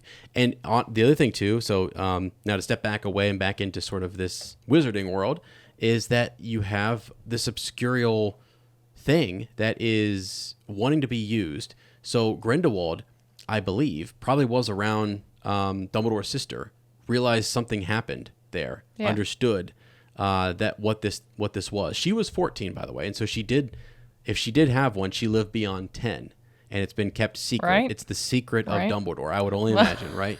Seriously, I think it is. Yeah. Because that's intentional. The line is that no one has lived beyond the age of 10. Mm-hmm. There's only been several documented cases, and now you have Credence living beyond. Also living beyond that age. Right, beyond that age. And if Dumbledore's sister also lived beyond that age as well, that's one of his secrets, and it's one of the things that he's kind of kept, like, maybe that's the secret. And Grindelwald's obsession starts with that, like, oh my God, what is this power? Yeah, you know what I mean? What is going on with his sister, and the curiousness, or a curiousness, a fascination, that's now been like, he wants weapons, he wants power sources, he wants, if he could, that's why Queenie is now with him. He desires those powerful objects and people and wizards and witches around him, and even if he could, a fantastic beast, which I think in this next movie we're going to see he's sending his team to capture and to use a fantastic beast, and I think Newt is going to prevent it. Try to. Mm-hmm. Sorry, just getting a little speculation in there for you guys. Oh, that's cool. And I always wondered, had Mr. and Mrs. Dursley, so Vernon and Petunia, had they succeeded in keeping Harry from Hogwarts, from going to Hogwarts, would he have developed one? Have developed an Obscurus? He could have. Maybe. Because he was, I mean, they were all, like, they despised everything that's magic or magical. Yeah. I think had they been worse, I think had it been to a certain degree, it seems crazy to say that because a lot of what they did was absolutely terrible and awful. So you're like, well, how far does it have to go? So that's interesting. Yeah. I wonder. Don't know. Anyways. Oh, the depressing conversation of Obscurials, but they're in Newt's case, and that's what gets him in big trouble. Right. And we learn, so at the end of this journey through his case, we learn an Erumpent is missing. An Erumpent is in there. Oh my gosh, he had an Erumpent in there. It's gone. It's missing. And so this was cool. Let me see if we can pull this up on the X-ray. Let's see. There was a really cool connection to this. Yeah, here we go. Because they end up going to the zoo, right? They're trying to chase it down. They're like asking if there was a spot, and Jacob sort of guides him to the zoo. Yeah. Here it is. So there is a connection to, what's his name? Zeno? Xenophilius. Lovegood. Yeah. Lovegood, yeah. Luna's father. Right. So he's in possession of the horn of an Erumpent which he insists is the horn of Crumple-horned Snorkack. I have no idea. Oh yeah, and they're like, no, this is an Erumpent horn. It can explode. Yes. And he's like, no. Right. Yeah, because she is not fooled and knows that an Erumpent horn is prone to exploding. In the novel, they find out that she is indeed correct, and Erumpent appears in the film as one of the beasts Newt needs to recapture. So I thought that was pretty cool. Just to kind of make the connection for some folks as to, because that thing, when it puts its horn into the tree, it causes the tree to explode, which almost falls on Jacob. This whole thing. Right. It sticks its horn in there, and it does like this. Yeah. Like. And that's the whole point. That's why. So Newt knows it can be dangerous. So he's like, here you go. He pulls out a hat, like a protective hat for Jacob, and says something like, his head's very vulnerable. Almost like he said, and I remember I turned to you, I'm like, wait, does that mean like almost like only muggles or no-mages heads are breakable or vulnerable, but he doesn't put anything on himself. Like Newt doesn't put anything on. So I'm wondering, are wizards' bodies less vulnerable? Because, and then now I make the connection to Neville here. Like when Neville fell out, he tells that story. He fell out of a window, or his uncle or someone was dangling out of him out of a window, and his body, he fell, and his body just bounced off the ground like a what do you call it? We call it flummy, or like a bouncing ball. A ball. Yeah, and that's when they knew he was a wizard. So I'm like, can wizards, are they like protected by their magic? Yeah, because when you're in a life-threatening, dangerous situation like that, like that's what had activated Harry's magic, right? A lot of times around the house, like he ends up on the roof while he's being chased, and the next thing you know, he's boom up on the roof. How did he get up there? Right. How did he levitate? How did he jump that high? How did he whatever? So maybe there is something to that. I also think too, the other thing that Newt could have just used his wand to brace himself or cause a cushioning effect, a cushioning charm or something. Yeah. But still, maybe there is more to it. He just knows that he's got those powers. Right, he doesn't need it, yes. He's taking care of True. Old Jacob. It's a genius idea because it's very comical. Just to see him in the gear, like those old pads and stuff, you're like, wow, okay. It was just kind of funny to see all that. But and actually when we're having that scene, so they get separated, Jacob's on the run, Newt is fighting this monkey for his wand, and you had a kind of a WTF moment, right? Right. Where... Because when we see, Newt trying to persuade the monkey that this, like, he just holds up a stick. Here, this same thing, like what you hold, what I hold, same thing. Can you just, he's trying to get his wand back.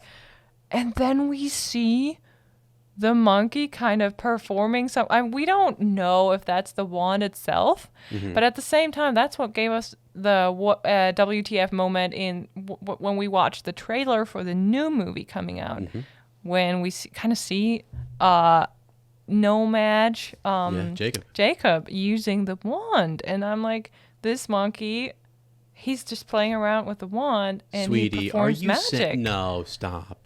Are you saying that if a monkey can use even this, a monkey can use magic? What are you saying? Because I think, I want to think that maybe Jacob's got some splinter of magical ability in his body or something. I don't know. That's the whole thing. Oh, I want to talk about that. Like, we all kind of have, don't we all? Magic in us, and some are, for some it's powerful enough to bring it out, and right. Anyways, but the wand is it's a magical item, right? It helps. So. That's the whole conversation. Is a wand just a thing to channel? It helps you channel the magic. But it also has a mind of its own. It also chooses the wizard. Exactly. So it can do its own thing. Maybe it wanted to pop out of that monkey's hand, and so the moment it had the chance to really, once it was struck, it pops out because it wants to get back to Newt or something. Maybe, yeah. But I was wanted to get back to his master, Yeah. So, yeah. Okay, cool stuff. Anything else there in the zoo? Anything else that just? Oh yeah. Funny scene. It is. We see that big Arumpa, and I was just thinking, wow, that lake at Central Park must really been frozen solid. Solid. Because that Arumpa is dancing and galloping on that. Right, and it doesn't crack. Yeah. It doesn't crack. Yeah. Yeah. Okay. All right. So moving on, one of your next points here is Henry Shaw, the senator, is killed by Credence. Right. And this was interesting because you asked this question. I really did not notice it, nor did I think much about it. But this is why I think you're onto something. You had to pay attention to the words, things that are said about the obscurials, because you said, what is it is that the marking of an obscurial attack? Right. Or why is it make the markings that it makes? Yeah. How does Newt know that that's classic obscurial whatever, Because Newt later on says, no, look, you guys should be able to tell. We all know it. Don't kid yourself. This was done by an obscurious. Right. He just he looks at his face, the dead senator's face, and he's like, yeah, that was an obscurious, I think. And I was like, how does an obscurious kill? Why does the senator have all these scars all over his face? And Newt actually is able to tell. Yeah, I think that was not just a. So it's like a standard thing. It's a mark because the killing curse doesn't leave any trace or mark like that necessarily, right? So that is this does, and an attack by it is okay. There's not a poisoning that happened here or whatever. It's exterior markings that clearly indicated that he was attacked and killed by an obscurus. Right, and that's what's the whole connection here is that senator totally made fun of Credence and his people, the Bare Bones, when they asked for help, and he called them freaks, and that's where we see that scene. Okay, the Credence Obscurus killed that man. Yeah. So speaking of getting into the emergency meeting at MACUSA, which is just crazy. That actually, I felt like that was one of the better scenes. You come in there and you're like, holy, they've called an emergency meeting. Yeah. There are people in here that are heavy hitters. These are the big representatives. There's I don't know. It's a big freaking meeting, and here comes Tina walking in with the case. Newt's inside, Jacob's in there, and they come walking out, and you're sort of like, what? You know, it's just a wild thing. We actually stopped, and it was in the.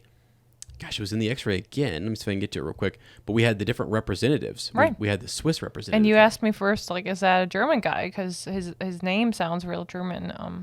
Right. I have it here. His name is Heinrich. Hang on, Heinrich Eberstadt. But we learned that he's the Swiss, just a Swiss wizard who was a delegate to the International Confederation of Wizards. Okay. Yeah. So he's representing this Switzerland. Right. So yeah, it's just cool to see him in there and next to President Pickery and all the other big representatives and stuff. You had folks from different countries, and it's just really you felt the intensity of it. We hadn't really seen anything like that. We've seen a gathering at the Ministry of Magic, but this was an international gathering, like real international concern. Yep. Just to kind of figure out what's going on because there's turmoil here in New York City. Yeah. So just wild. The other cool thing that I thought, some general trivia for you guys. Again, this is all X-ray stuff, and then from there we've kind of gone down some rabbit holes and dug into different things. But the actress that plays President Pickery, suggested that she be left-handed because left-handedness is associated with dark magic. I didn't know that. I thought that was cool. Like if you're so remember earlier when the Barebones are talking about they've got the witch's mark. One of the boys is like, is it a witch's mark, ma'am? And there are things that marked you out as a witch or dabbling in maybe the dark arts if you used your left hand, something that was odd, a mark or whatever. And it's like, good grief. So let's just say I keep an extra eye on my students who are left-handed. All right. Right. So I'm just kidding. But no, she's got on her dominant hand. She has rings and all these different extra things that I thought were pretty cool. That's a cool Easter egg that the character. So the actress thought about that and thought, I'm going to go in here. I'm going to play like the president. Okay, like this is the big deal here, and she gets to go in and kind of help design her character a little bit. It's awesome. Yeah. So and then Tina shows up and they're all again like, Tina, what are you like? Goldstein, what are you doing here? That's not fair, though. You know, it's just not fair because she tried. She did bring the case in there, and you dismissed her. So, and then they learn how this guy Newt is now connected to this whole incident, and that so she knocks on the case, and then who comes out? Newt and Jacob, and it's like. Everyone, like all the whole crowd, you hear them gasping, like a no match at the meeting. What Crazy. A scandal! It is a big scandal because again, it's all about secrecy and stuff, and it's just like you almost hear someone in the back like obliviate him. Yeah, like it's crazy. Like they can't believe he's there, and he has no idea what's going on. He's just like, And you're trying to, we're always trying to understand why people act the way they act, and this whole secrecy thing, obviously, was a necessity after this whole witchcraft thing, and the Salem witch trials were initiating this whole like, hey, people are trying to kill our communities. Yeah, yep. We have to do something. We have to keep it a secret. Muggles are not to trust.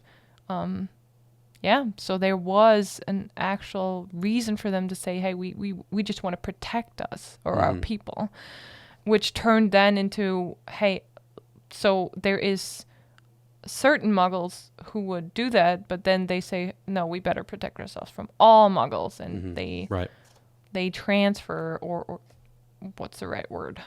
They just kind of say that to all about all Muggles, and then it turns into this whole secrecy thing.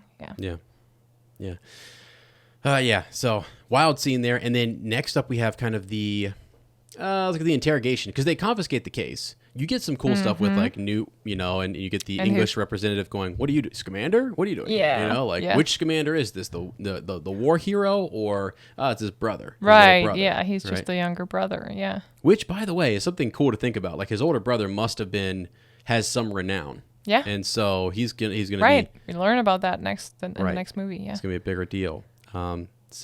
Yeah, but who confiscates his suitcase? I was shocked. Graves, yeah. It's Graves who's really Grindelwald. Right. Right. And that's what he uses, the Obscurus. And like, it's interesting how Newt is sort of like filling in the gaps for everyone. Or not filling them in, but just pointing out the obvious. Like, no, we know an Obscurus killed this individual. They didn't want to believe that at first. And then he's like, no, Graves, you know that can't do anything. That thing can't do any harm at all. Right. And he falsely accuses him, right, of... and I thought, like, how crazy is that they have to face execution? Yeah. There's no trial, nothing. And I remember saying to you, like, the staff there is not even, like, either Grindelwald... maybe he put a spell on them. I was about to say the Imperious Curse or something. Like, there's no way that I don't know if people have talked about that. I'm sure people have. Sorry, but like, I've always thought it's odd. They act a little strange, don't they? They do. They act like they're under his influence, and I'm sure that's been a theory and something. But like, we see people who, when he's imprisoned later, are under his influence and under his sway. And he has a lot of secret agents out there. And like, that's the whole deal. You don't know who is supporting him, where his fanatics are. Right. And he's just sort of like, no, just do it immediately, execute them, be done with it. Right. And Tina seems to know that lady. I think she addresses her by her first name. Oh, wow. Like, hey, you know, you can't do that or something. And there's almost like no recognition, though. In her eyes, they seem different. They seem distant, the executioners. They do not seem like normal... I don't know. They seem like they're under an influence. Yeah. So they might be. Yeah. But yeah, no trial. And you kind of ask, like, is that a normal thing? I don't think it is. And I think that's what the suspicion is. Like, right now, there's such an intensity going on that no one's really able to kind of like look around and really stop and ask questions. We're all just trying to get to something, you know, like a major plot point. Right. So, yeah. But let's get to so our last part here before we kind of jump off. We're doing part 1 of Fantastic Beasts, is this execution room, and then we're going to be moving kind of into the wrapping up the show here a little bit. You're about an hour and 45, which is fun. So yeah, you were like, I don't know how long we can talk about that. We had a long time. We can talk a lot. So it's just fun because there's so many cool little things, and it's just nice to get it out and get ready and get hyped for this next film. So. When they're in there, it's a really interesting thing. This liquid water, the execution room, is so different. It's not. I think people underestimate what we saw in this film because you got to see. They had to create this. Like, what does an execution look like? What are they going to use? And they use the influence from the Salem witch trials, where it's like they tie you to a chair, drop you in a tank of water, and if you sink, you're innocent. If you float, you're guilty. Right. They're going to push you back down again. But if you sink, you're kind of dead. Right? I mean, maybe you could die if they pull you out in time. Who knows? But that was sort of the trial, and it's just sort of a weird thing. But yeah, they have this moment where they kind of like to get you to go into that water, right? You notice something that they do to Tina. Yeah, they just take her memory, like we see Dumbledore or people do it with the pensieve. They take their memories, and we see that taken out of her, and they put it in the water. So Tina sees her mom, and they put in the water to kind of lure her in to make her feel good about getting in the water. She's like, don't that look good? Yeah, trying to give him a happy thought just to kind of go in there. And this is not any normal liquid. I mean, it's gonna just like, you know, anything that touches it just, you know, starts to kind of burn up or whatever. Right. So the last scene we're going to discuss, and I thought that was kind of cool, is when we see Queenie just walking through the MACUSA building. Yeah. And she heard Tina's thoughts, all of us. She's like, she drops her tea tray, I think. And she knows what's going on with Tina. And she's like shocked because... So I think, I told you this, and I was like, oh yeah, Snape totally said that. And I realized, oh no, I think this is actually from Twilight. When Edward explains to Bella that the closer you are to a person, the better you can hear their or he, at least, the better he can hear their thoughts. Or even Ellis seeing the future people that are closest to her. And I just kind of imagined that might be the case for Legilimens like Queenie too.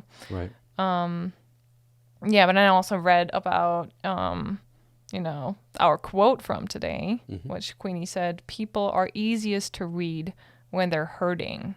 Right. And so she's about to be like, when she realizes she's going to be executed, right before they cast her memory into the liquid, before all that, it's just anguish and hurt and betrayal, all this different emotions she's feeling.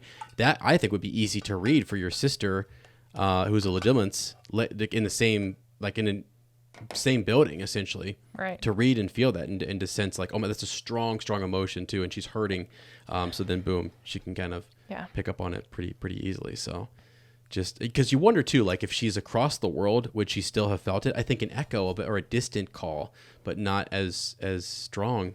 I feel like it's a kind of a mysterious power or ability. Yeah. So that I think we're gonna learn more about, clearly, because Queenie's a big deal in the next movie and in the third film. Right. Oh yes. So, yeah. Yeah. All wow. right. All right. So, hey, to wrap this up, we kind of have like our final little segment. We might add segments in as we get along and as we go down the road, or if you guys want us to add something in, if there's something you think would be cool to add to the show, always feel free to kind of send us a message at Fleur and Bill, or you guys can send us, I think our email is fleurandbill@gmail.com, right? I'm pretty sure it is. Yep. One word, Fleur and Bill. Yeah, fleurandbill@gmail.com. You guys can send us a message over there if there's thoughts or whatever. We will read your message on the show for sure. Yeah, I cannot wait to get that first message from someone to read it. That's so exciting. I know it would be really cool. So just because we're always interested in finding like Potter friends, and it's so funny. Once we've kind of embrace that side of you, and you really go there's so many Potter fans out there. There's so many Wizarding World fans and people who are into your fandom and just cool stuff. I mean, the fact that you mentioned that we watched Downton Abbey just earlier, like there's Downton Abbey fans out there, Right. Everyone's watching Bridgerton right now. All right, let's just admit it. Let's just admit it, okay? So but this is our advice of the day, and really it's just sort of a takeaway, something that we want to talk about. Just from what do we get from the first half of this movie? What are some of our thoughts? And you wrote something down there, sweetie. You want to share it? Right. So we didn't get to talk about a quote that I made this like my every New Year's Eve. I write down something I want to accomplish this year, or something that I want to stick to this year, almost like a motto for this year. And I thought this year I really want to take Newt's words of worrying, that worrying means to suffer twice. And I'm like, yeah, sometimes we just worry. We just live in a world of worries. Yeah. And I mean, sometimes that helps to prevent things, and sometimes it is necessary to think ahead. Yeah. But a lot of times we worry about things that are never going to happen. And if they happen, that's right. Then, we suffered twice. We suffered when we were thinking about the, thing we're dreading. Right. And then we suffer again when they happen. Right. Yep. So why not suffer a little less and try to worry less? I thought that was really cool. Yeah. And the second thing, especially after the show today, do not suppress your inner magic. Yeah. Do not. No, embrace it. That's really good, because that was kind of a neat that's a neat takeaway to think about. Like, we all do have that magic ability inside of us. We have that spirit. Your spirits are magical, and I think embrace who you are, be true to yourself, right? And follow your passions and your dreams, and really just go into the world with a positive energy. Right. We always want to say, like, I literally want to always be preaching to people positive energy and kindness. Like, it is so rewarding. It's fun to be around, and it's a good kind of thing to carry forward into the world. And which you said as well about worrying. Like, we've been talking about this for the last couple of weeks. You. Yeah. I mean, really, we're like, you get so worked up over things, and I think you said to me a couple weeks ago, you're like, we just gotta live. We just have to live our lives, right? And just live in this moment, right? And just enjoy Life today. Happens like, today's happening right now. And whoa. That was magical. That was no, magical. Yeah, I totally agree. Yeah. And because I'm enjoying this podcast. I enjoyed the setup for it. I enjoyed all the me too. all the fun times that we have. Like, it's just, I don't know. It's a way to get all of your thoughts and out and just talk, and then hopefully meet new people who want to engage with us as well, that are kind of a positive mindset, and just I don't know, it's just right. And I know there's this whole conversation about what is it, no, not poisonous positivity, what is it, like almost like where everything's positive, everyone needs to be happy all the time. That's not what we're trying to say. No. And I'm always about like, have your moment, be disappointed for that moment, be mad, you can be sad or mad about things for a second, because that's an emotion. Don't suppress that. Do not suppress that emotion, but then learn how to switch over to, okay, this is the new situation. What do I do now? How can I make the best of it? So do not live that emotion and then move on. Yeah, I like it. That's good. Well said, sweetie. Well said. Okay. Well, friends, as I said, are you serious right now? I honestly, this is actually kind of great that this is. You've got to get that under control, because that actually that scared me for a second. And you probably scared other folks. I just want you to know that, okay? You think you're funny, but we got to get the dishes in the kitchen under control. Remember, friends, to go check out DreamYard. I'll put a link in the description. We haven't got the custom URL yet, so it's going to look kind of funny, like the super long URL down in the description. But go check it out, because honestly, Lottie is playing around with like different sounds and recording sounds. We recorded our actual kitchen. Sounds like you're throwing stuff around in the kitchen, you know? I'm sorry, I got to practice my magic. Yeah, okay, it's okay. Yeah, we would, I think, just really enjoy the arts, the sounds, the visuals, all that kind of stuff, and it's just fantastic. We like to have candles kind of lit and smells going as well. So and trying to engage all the senses. And, I don't know, even when you hear someone sip coffee, you can taste it. You know what I mean? You can, right? I just feel like, oh yeah, get in there. Nice. Come on. Give us a nice little, yeah. Okay. That was the worst sip of coffee I've ever heard in my life. You almost spit that all over a microphone. What the heck? Let a professional operate here real quick. 1 second. Please don't spit all over the place. Please. I got it. Okay. Here we go. Let's go. Is that pretty good? Is so much better? I feel like I'm a professional I don't know sipper. that was. What were you doing? It was like too much pressure. It's like you were chugging it. I heard like go. Like what? That's how they drink in Germany, folks. I don't know. Sorry, I'm just kidding. On that note, I just want to throw out. I mean, if you've been listening till this point, thank you. We love you so much, and thank you also for. I know sometimes I'm trying to find the right words, and I'm pretty fluent in English, and I'm an English teacher, but at the same time, sometimes it's just like you have that German word popping up in your head, and you're like, you're trying to find the right. Sometimes there isn't English even word. Like the perfect English word to describe it. So, thank you for putting up with some little pauses here and there. Yeah, can I ask you a question, sweetie? Yes. Does your mind think in German? No. So that's the thing. Right now, I have a switch in my mind. Okay. So it does think in English, and I don't even have to think. I don't translate every single sentence that I want to say. Right, but when the word doesn't come to you, you start to fish like, okay, what is that in German, right? Or something you kind of... Other way around. So sometimes there pops up there's a German word that pops up because it's what would describe what I want to say best. And I'm like struggling. Oh no, what was the English word, or how do I say that in English? That just happens sometimes. And you're like that unsophisticated English language. It just doesn't have the word I need. Gosh. Right. No. Yeah. It happens both ways, by the way. Okay. Yeah. I gotcha. No, that's cool. And honestly, you like, again, second pot. This is great. This is fun for me. I thoroughly enjoy this. And again, we really do want to make new friends. We want to make new Potter friends. And so that's kind of where we're at with this. Is that a new Potter friend already? Wow. I've been listening like, dang it. Wow. Hey, which will be, by the way, that's kind of the fun thing is being the tech wizard. I like to kind of upgrade a show and start off just with something pretty simple and get the shows out there and have fun with that.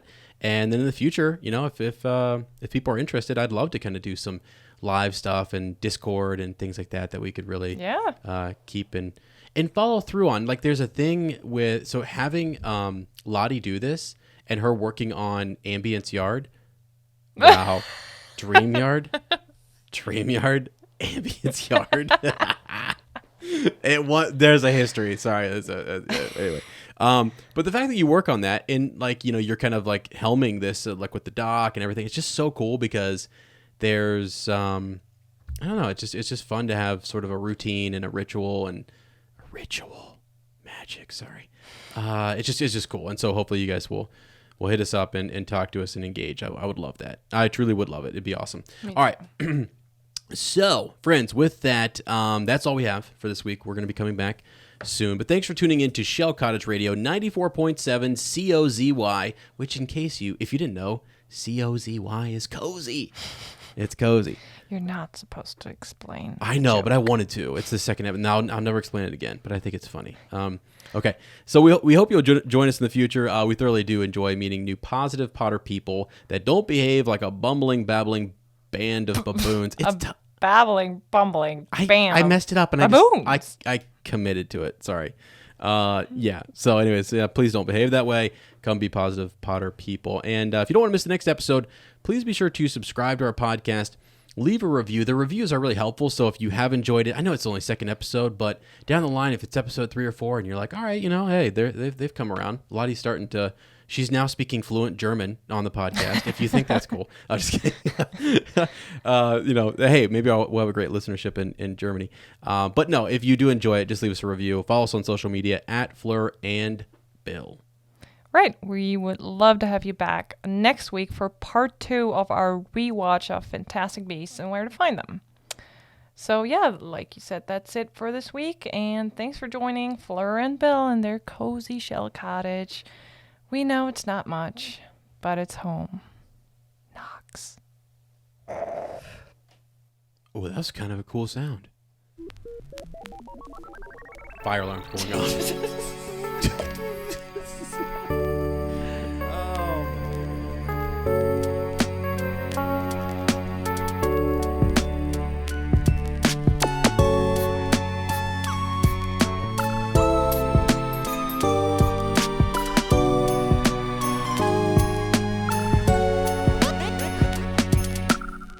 I can't see anything beyond. Look how my computer's massive. I can't see over there. I have no idea what you're doing. Sometimes I just like to sketch something while we're talking, and I was looking at you, and I'll hold this up to the camera. So if you want to see what my little sketch of that's unbelievable. As he looks like. That's unbelievable. I got a lot of hair there. I got a lot of.